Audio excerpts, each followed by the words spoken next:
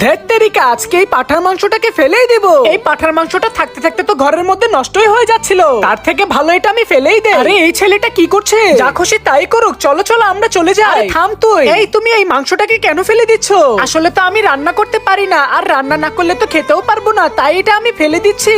আরে মা, ওর মাংস, ও যা খুশি তাই করো, ওর এখানে তুমি নাক গলাচ্ছ কেন? চলো আমরা চলে যাই। বন্ধুরা, তোমরা যদি আপেল খেয়ে থাকো ভিডিওতে লাইক করে দাও, চকলেট খেয়ে থাকলে চ্যানেলটিকে সাবস্ক্রাইব করে দাও, আর তোমরা কোন ক্লাসে পড়ো সেটা কমেন্টে লিখে দাও। এই চুটকি, তুই একদম চুপ কর। এই মাংসটা আমরা বাসায় নিয়ে গেলে কি তোর কোনো সমস্যা হবে? কি বলতেছো মা? আচ্ছা তুমি থাকো, আমি চলে গেলাম। ভালোই হয়েছে, আজকে এটাকে মজা করে রান্না করব। মাংসটাকে সবার প্রথমে একটু সিদ্ধ করে নিতে হবে, এরপর একে একে মাংসের উপরে সকল ধরনের মশলাগুলো ঢেলে দিতে হবে। তারপরে কিছুক্ষণ মাংসটিকে রান্না করলেই আজকের রেসিপিটা একদম তৈরি হয়ে যাবে। আরে মজা তো হবেই, আমার মা যেটা রান্না করবে সেটাই মজা হবে।